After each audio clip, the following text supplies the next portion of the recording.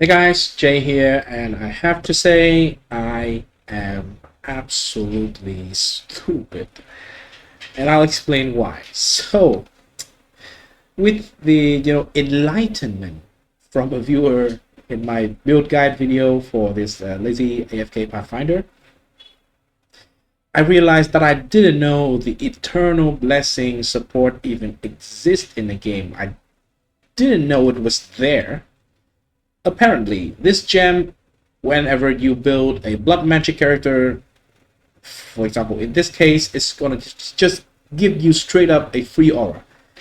And of course, my choice is Malevolence. It's quite obvious for the most amount of damage possible. Also, if you are struggling with resistance, for example, you can also use Purity of Element, so you have a way to deal with elemental element early on. That's also very nice. But from all the feedback that I have received so far, or the question that I have received so far in the comment section of the build guide, in Discord, on stream, most of the question about this build from people who are trying to replicate and trying to play this character, mostly in mid-budget, is about how can we improve single target damage. And because people are trying to also go to Simulacrum and try to AFK Simulacrum with a lower budget compared to this build, compared to this character, and they're struggling with the single target damage. And I have to say, I also have struggled with single target before with the lower budget version. The mid-budget version is almost exactly what I have when before I have the one passive voices to drop, and then I have a bunch of money that I put into the build, and it becomes what you see right now. At that point, I already farmed Simulacrum. I already finished like wave 29, 30, quite, smoothly, I would say, but it takes a long time when it comes to the situation where you are soloing with Kosis, and certain combo of modifiers are just undoable, basically. So whenever you notice that you are not able to kill the Kosis, it's when, normally he can kill you and you can't kill him. Normally, whenever you see he, reset the ES and then he goes to the channeling phase, if you cannot go through that amount of ES before he go again to reset his ES, then that means you cannot kill him. Unfortunately, that is the case. So, what are the ways that we can improve the damage for this build? So, I'm going to talk a little bit about, first of all, a couple of changes that I have made in this character on the passive skill tree.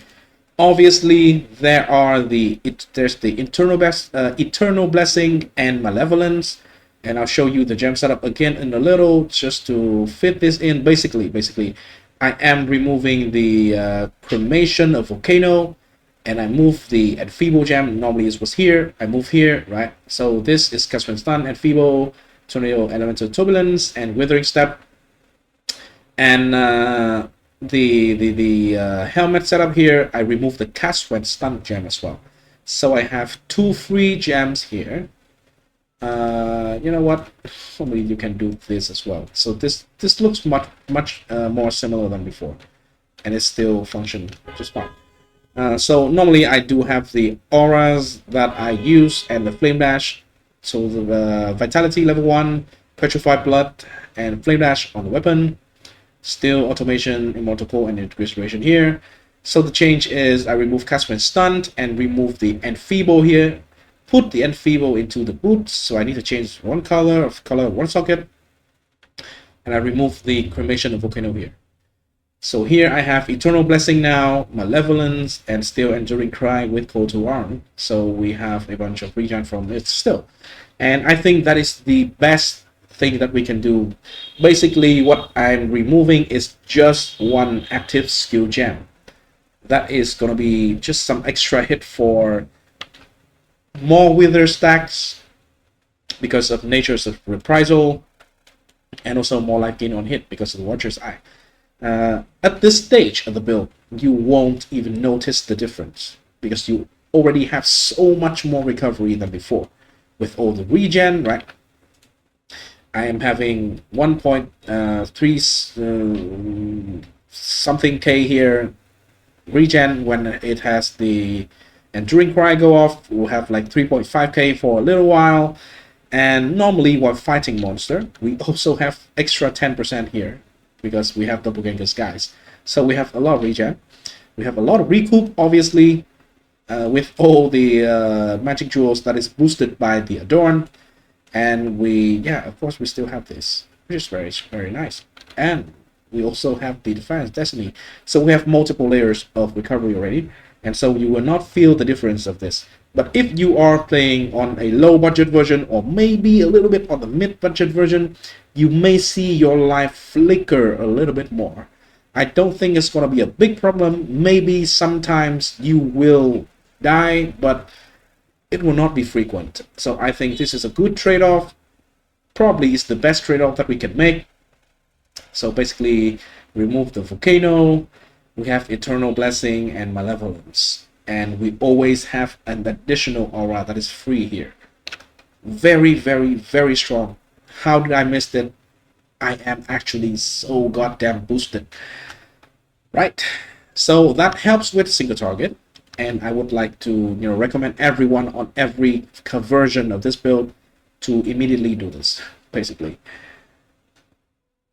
Because especially in Simulacrum, right, the damage number you are seeing in the POE, it may reach dot cap, but remember, Simulacrum from like wave 26 and above is 100% delirious, which means it has like 80% reduced damage taken.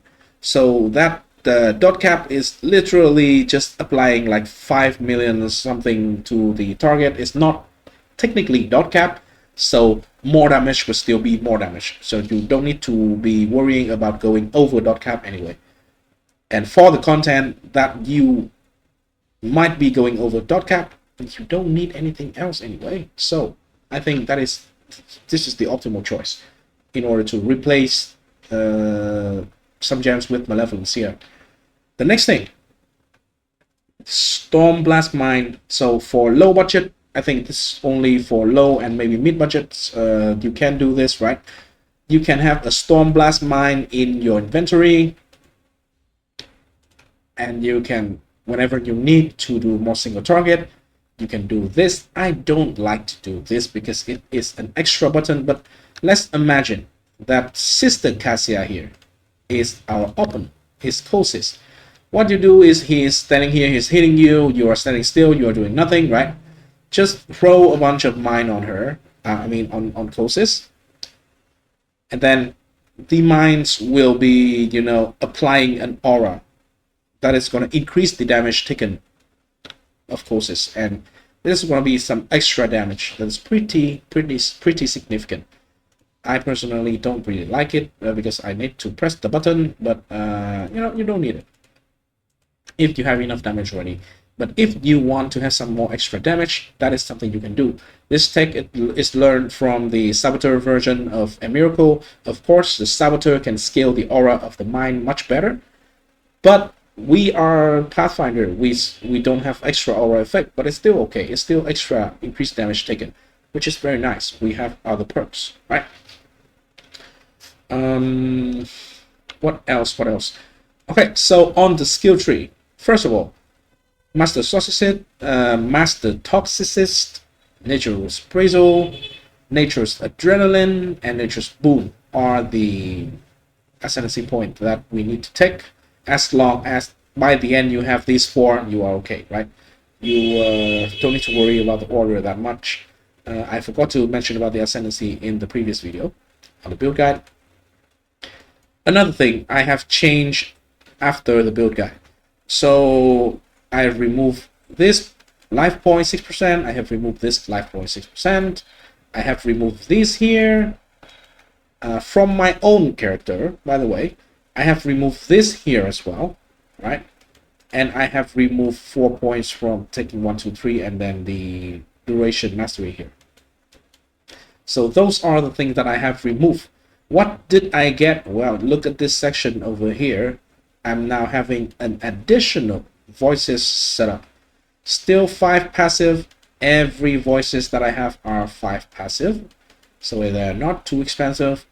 They are looking like they are going up in price a little, but I don't think it'll be too much. And yeah, I fit in 3 modules, which is pretty damn strong for Adorn.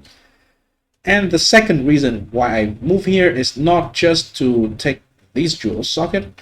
I also want to take this jewel socket.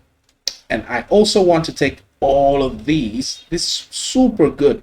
This is some increased damage, whatever, but this 5% increased maximum life. You have 2 of this point. 10% increased maximum life of your corpses.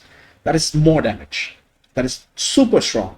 This scale with the spectral corpse life very, very well.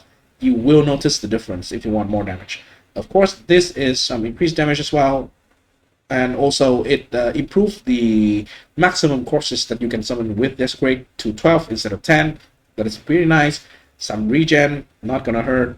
We are gonna get 2% extra regen when we're fighting monster, when we're consuming the corpses. So how do I get this point? I am currently level 99, right? At this current character, I am like this. If I reach level 100, which is going to be very soon, I'm going to take this point, respec this point so I lose 20 intelligence, get this point here so I get 20 intelligence, and then I can get this jewel. How do I get that jewel? I'll probably replace the spell suppression mastery here to get another jewel socket. Technically, you can replace a life point, like a 10% life point, cannot be compared to a magic jewel here. Look at how much life is giving, and along with other stats as well. So yeah, you can remove life if you want. You can remove, if you don't want to remove life, probably you can remove this. You can remove, maybe you can remove this or this, you know. Just remove 1 point and get a jewel socket. It's very, very, very strong. Okay, let me see what else do I want to mention in this build. I think there's one more thing that is still... Oh, yeah. This, by the way, this mastery I didn't mention in the build guide, but this is super strong if you are playing the Petrified Blood. For any build that play Petrified Blood, this mastery here is 10% more HP pool, basically, because it makes the HP pool go from 50% to 55%. That is a 10% more comparatively. So especially for builds that have a lot of life, the more life you have, the better this is. This is probably better than any life node that you can have on tree in terms of just effective hit pool. And so yeah, that is everything I want to mention. A little bit of change on this particular character. I have removed the Consuming Dark as I have the last Adorn setup. Why? Because I have 101%, so over 100 is enough, by the way. Chance to poison already globally, so I don't need the Consuming Dark. And I decided to use a shield because I happen to look and I see this shield. It looks beautiful, by the way. 109 life, which is maximum. 18% suppression, which is the thing that we really want, right? You would want like high life suppression. That's it. But the cold and lightning maximum resistance is very nice. So right now I am actually having 90% to cold and lightning. Only fire is the one that is left with 89% because I only have 2% from this one. It takes me like 20 divine to get this 2%, by the way. It's super expensive, super hard to get, and super RNG. So 1% here is okay. You don't need to push for it. I just want to look nicer. You don't need to push for it. Again, you don't need to push for it. And if one day you can have a nice roll defines the destiny if you invest, like for example, let's say you invest Hinekra's Lock into this one and you try to corrupt it and get +1 curse, right?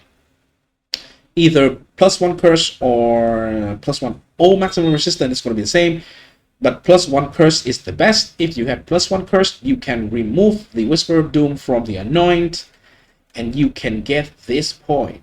for 8% life and 1 max fire rest. So your character is going to be perfect 90% all resistances, which is, it looks nice, right? So yeah, that is the changes that I've done so far. You don't necessarily have to do the same like me. In the POB, in the Dream version, I am going for another scepter, by the way. But I see this available. I think it's cool. I just want to, put it in the build, especially in preparation for trying to do a bunch of tier 17. As you can see here, I bought 10 of each kind of tier 17. So I would try to run all the mods that is possible, and I will run it with this skill tree over here. So it is back to basic. I take as much of the increased explicit modifier on maps as possible. So, try to make it as hard and as juicy as possible, basically, and get a ton of scarab drop chance, of course. Yeah, basically. Also, I try to make the modifiers of the lantern to be a little bit harder, so it drop more loot.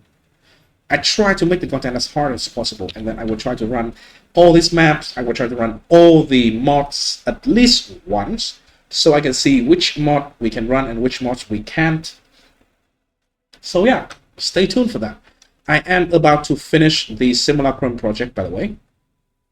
7 left.